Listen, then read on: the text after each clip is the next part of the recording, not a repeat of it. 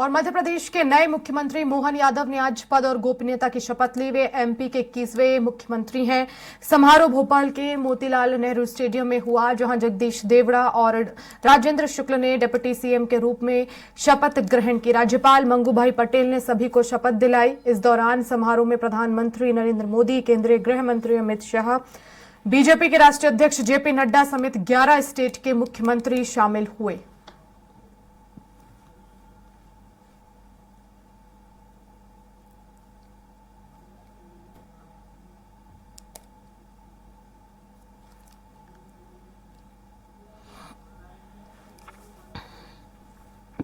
और हमारे साथ अब ज्यादा जानकारी के लिए स्टेट एडिटर अजय त्रिपाठी जी जुड़ गए हैं। अजय जी, आने वाले 5 सालों के लिए अब मध्य प्रदेश में मोहन का राज होगा, किस तरह से देखते हैं आप? देखिए, बहुत सारी चुनौतियां नई सरकार के सामने होंगी। मोहन यादव एक सुलझे हुए नेता है, बड़े संघ के नेता और बड़े सौम्य व्यवहार नेता, लेकिन सबसे महत्वपूर्ण चुनौती होगी बजट। 2024-25 का जो बजट होगा उसकी तैयारी करना, क्योंकि बहुत सारी घोषणाएं चुनाव के पहले हो चुकी है, जिसमें लाडली बहना योजना और चीजों कमाई योजना, ये तमाम योजना सरकार ने लागू कर दी। सबके लिए बजट अलॉटमेंट करना बहुत बड़ी चुनौती होगी सरकार के सामने। और इसी के इसकी तुरंत बात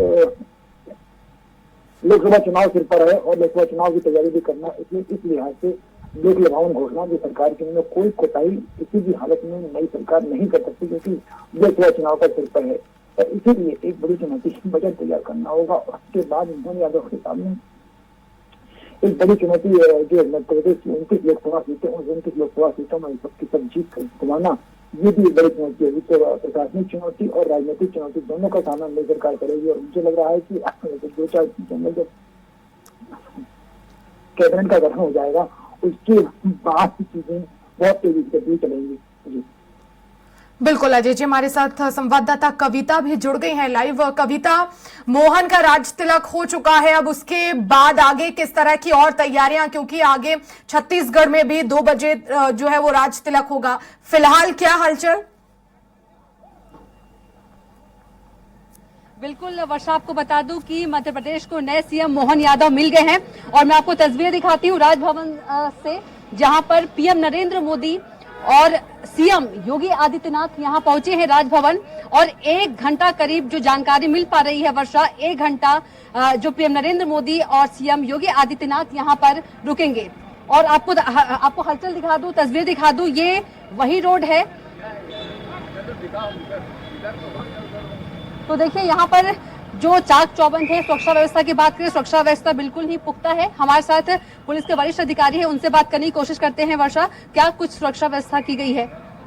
मैडम, यहाँ पर वीवीआईपी का काफी संख्या में आगमन हुआ है और उनकी सुरक्षा को ध्यान में रखते हुए शहर को कई जगह से डायवर्शन दिया गया है और लोग उस डायवर्शन के स्थान से निकल रहे हैं। अभी वीआईपी मूवमेंट जारी है। और ये डाइवर्जन कब तक रहेगा कविता, जानने की कोशिश कीजिए। राजभवन की बात है, राजभवन की बात करें तो मैं इस संबंध में जानकारी नहीं है मैडम जी। तो देखिए हमारे साथ पुलिस के अधिकारी बात कर रहे थे वर्षा। चाक चौबंद सुरक्षा व्यवस्था की बात करें, बिल्कुल ही पुख्ता कर दिया गया है, क्योंकि वीवीआईपी जो है उनका आगमन हुआ है और जब तक वो यहाँ से नहीं निकलते हैं तब तक जो सुरक्षा व्यवस्था है ऐसी ही रहेगी। वर्षा, बिल्कुल कविता, लेकिन क्या लंच का भी कार्यक्रम रखा गया है? क्योंकि जैसे कि आप बता रहे हैं, राजभवन में इस समय सीएम योगी आदित्यनाथ भी हैं, प्रधानमंत्री मोदी भी हैं। देखिए अभी ऐसी कोई जानकारी नहीं निकलकर सामने आ रही है वर्षा, क्योंकि वीवीआईपी का मामला है और कोई भी इससे बचते हुए नजर आ रहा है। बिल्कुल, लेकिन आप जानने की कोशिश कीजिए, क्योंकि बड़ी संख्या में पुलिस बल तैनात है, रूट डाइवर्ट किया गया है आखिर, क्योंकि लोग भी कहीं ना कहीं परेशान हो रहे होंगे। रूट डाइवर्जन कब तक रहेगा? जी बिल्कुल वर्षा, आपको दिखाने की कोशिश करती हूँ कि ये जो रूट है इसको डाइवर्ट किया गया है। सिर्फ यहाँ से जो लोग हैं वो निकल सकते हैं, लेकिन जो वहां से आ रहे हैं, आपको दिखा सकती हूँ कि जो वहां से आ रहे हैं उनको एंट्री नहीं है। और यहाँ पर एक और पुलिस हमारे साथ, उनसे जानने की कोशिश करते हैं क्या कुछ रूट डाइवर्सन किया गया है। नहीं मैडम, जैसे कि वीआईपी भी है अंदर, उनकी जो भी चल रही मीटिंग, बस जो रोड है हमको निर्देश दिए, उस निर्देश पर हम काम कर रहे हैं। बस धन्यवाद। ये कब तक इस तरह का जो है देखने को मिलेगा नजारा? जब तक मोदी जी नहीं जाएंगे, जब तक मोदी जी जब पर ये कहना है वर्षा कि जब तक मोदी जी नहीं यहाँ से निकल जाते हैं तब तक जो है रूट ऐसे ही डाइवर्ट रहेगा। वर्षा, आप तस्वीरों में देख सकते हैं कि एक लंबा जाम लगा हुआ है। कैमरा पर्सन को बोलूंगी कि जाम दिखाए। एक लंबा जाम लगा हुआ है क्योंकि वर्षा अभी शपथ ग्रहण हुआ है और लाल परेड से जो है सभी लोग निकले हैं, इससे काफी मशक्कत करना पड़ रहा है लोगों को अपने गंतव्य तक वर्षा पहुंचने के लिए। आप तस्वीरें में देख सकते हैं कि जो पुलिस अधिकारी है यहाँ पर जो है रास्ता को साफ कराते हुए नजर आ रहे हैं। क्या कुछ कहेंगे, रूट डाइवर्ट करना पड़ रहा है सर? जी, काफी मात्रा में पब्लिक आई थी, इस कारण रूट डाइवर्ट कर रहा है। पब्लिक को भी किसी प्रकार की असुविधा ना हो इसलिए रूट डाइवर्ट कर रहे हैं। कब तक पब्लिक को असुविधा का सामना करना पड़ेगा? कब तक? असुविधा नहीं है, बस थोड़ा सा डाइवर्शन है। पुलिस की व्यवस्था बढ़िया है तो डाइवर्ट हो रहा है, तो जाम कहीं पर नहीं लग रहा है, बस डाइवर्ट कर रहे हैं। लेकिन लोग बिल्कुल परेशान। कविता, मैं लौटूंगी आपके पास और अजय जी हमारे साथ लगातार बने हुए हैं। अजय जी, आखिरकार अब मोहन और साथ ही साथ डिप्टी सीएम ने भी जो है शपथ ले ली है, लेकिन अभी मंत्री पद की शपथ नहीं ली है। क्या जानकारी मिल रही है, आखिर कब तक मंत्री जो है वो भी शपथ लेंगे?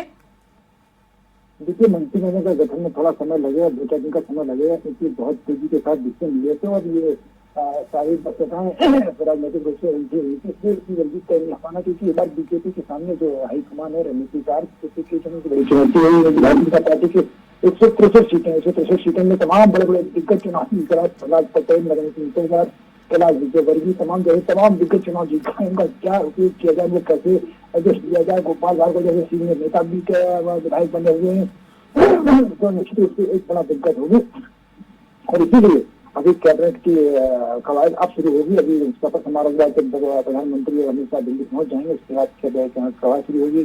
भारतीय जनता पार्टी का प्रदेश का नेतृत्व उसके साथ बैठकर के मुख्यमंत्री तय करेंगे, उसके बाद दिल्ली जाएगा, दिल्ली में हाईकमान के होगा, क्योंकि इस बार कोशिश होगी 2024 के चुनाव को ध्यान रखते हुए व्यवस्था तमाम आदिवासी वर्ग है और अनुसूचित जाति वर्ग है, ओबीसी वर्ग, जिनके नए लोगों को कैसे सामने लाया जा सके, ये चुनौती सबसे बड़ी होगी और इसीलिए थोड़ा सा समय इसमें कैबिनेट में लग रहा है। बिल्कुल, शुक्रिया अजय जी हमसे जुड़ने के लिए।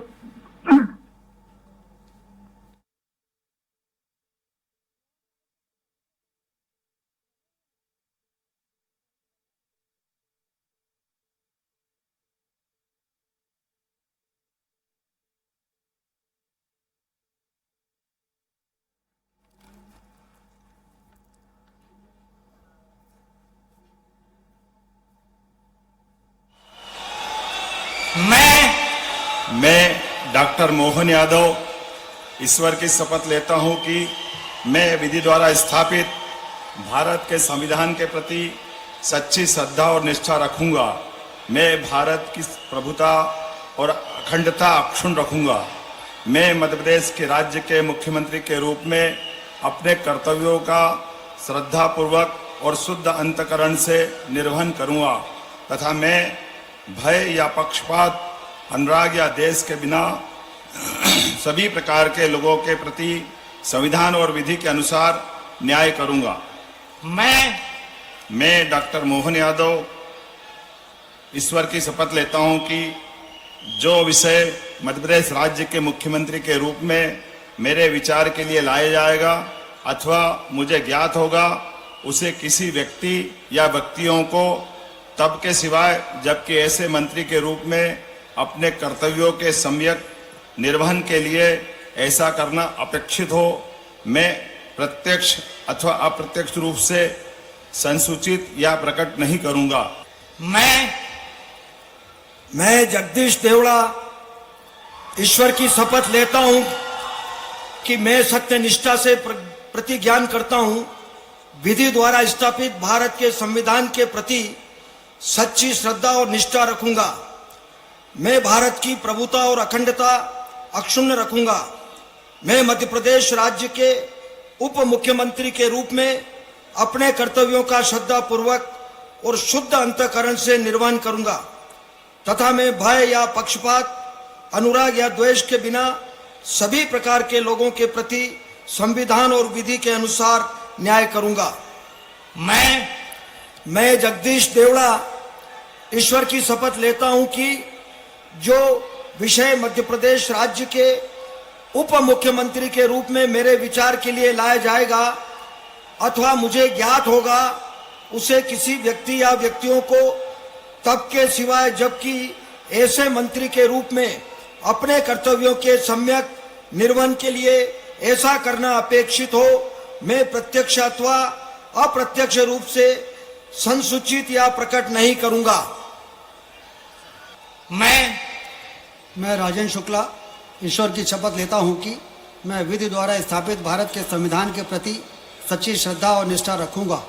मैं भारत की प्रभुता और अखंडता अक्षुण्ण रखूंगा।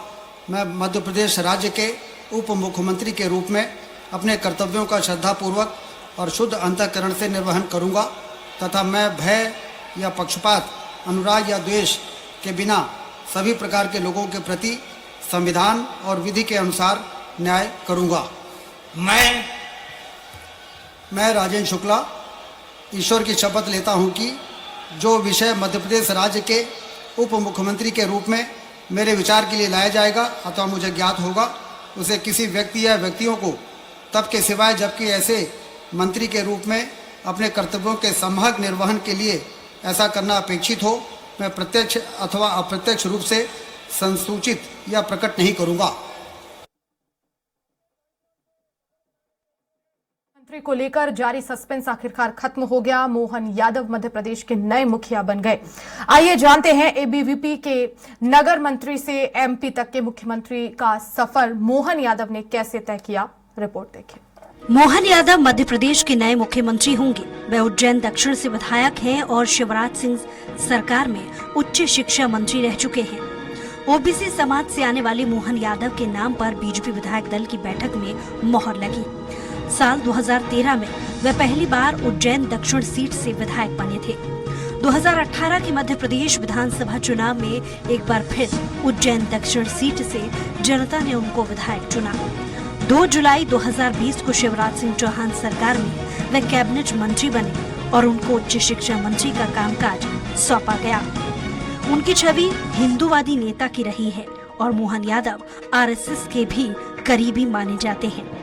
25 मार्च 1965 को उज्जैन में जन्मे मोहन यादव ने बीएससी, एलएलबी, पॉलिटिकल साइंस में एमए, एमबीए और पीएचडी की हुई है। सूत्रों के मुताबिक एमपी में 2 डिप्टी सीएम होंगे। बताया जा रहा है कि जगदीश देवड़ा और राजेंद्र शुक्ल को डिप्टी सीएम बनाया जा सकता है, जबकि नरेंद्र सिंह तोमर स्पीकर होंगे। मोहन यादव के सफर पर एक नजर। मोहन यादव एबीवीपी से जुड़े रहे हैं। 1982 में वे माधव विज्ञान महाविद्यालय के छात्र संघ के सह सचिव रहे। साल 1984 में वे एबीवीपी उज्जैन के नगर मंत्री और 1986 में विभाग प्रमुख चुने गए। साल 1988 में वे एमपी एबीवीपी के प्रदेश सह मंत्री और राष्ट्रीय कार्यकारिणी के सदस्य बने। 1989 से 90 में वे एबीवीपी के प्रदेश इकाई के प्रदेश मंत्री और 1991-92 परिषद के राष्ट्रीय मंत्री बने। 1993 से 95 तक वे उज्जैन नगर में आरएसएस के सह खंड कार्यवाह बने। 97 में वे भारतीय जनता युवा मोर्चा की प्रदेश कार्य समिति के सदस्य रहे। 1998 में वे पश्चिम रेलवे बोर्ड की सलाहकार समिति के सदस्य चुने गए। साल 2000 से 2003 तक वे उज्जैन की विक्रम यूनिवर्सिटी की कार्य परिषद के सदस्य बीजेपी के नगर जिला महामंत्री रहे। साल 2004 में वे बीजेपी के प्रदेश कार्य समिति के सदस्य बने। 2004 से 2010 तक वे उज्जैन विकास प्राधिकरण के अध्यक्ष बने। तब उनको राज्य मंत्री का दर्जा दिया गया था। वे साल 2011 से 2013 में एमपी पर्यटन विकास निगम भोपाल के अध्यक्ष, कैबिनेट मंत्री, बीजेपी के प्रदेश कार्यकारिणी के सदस्य रहे। 2013 में वे पहली बार उज्जैन दक्षिण से विधायक चुने गए। इसके बाद से वे लगातार जीतते आ रहे हैं। 2020 में वे शिवराज सरकार में कैबिनेट मंत्री बने और उनको उच्च शिक्षा मंत्री का कार्यभार सौंपा गया। 2023 में मोहन यादव मध्य प्रदेश के मुख्यमंत्री बने। बहरहाल मध्य प्रदेश में मोहन यादव मुख्यमंत्री के नाम के तौर पर चौंकाने वाला ऐलान कर दिया है। इससे साफ जाहिर होता है कि पीएम के मन में जो है वो कोई जान भी नहीं सकता है और मोदी के फैसले से साफ है कि मोदी है तो मुमकिन है। सलमान खान, स्वराज एक्सप्रेस। और इसी के साथ इस बुलेटिन में फिलहाल इतना ही। नमस्कार।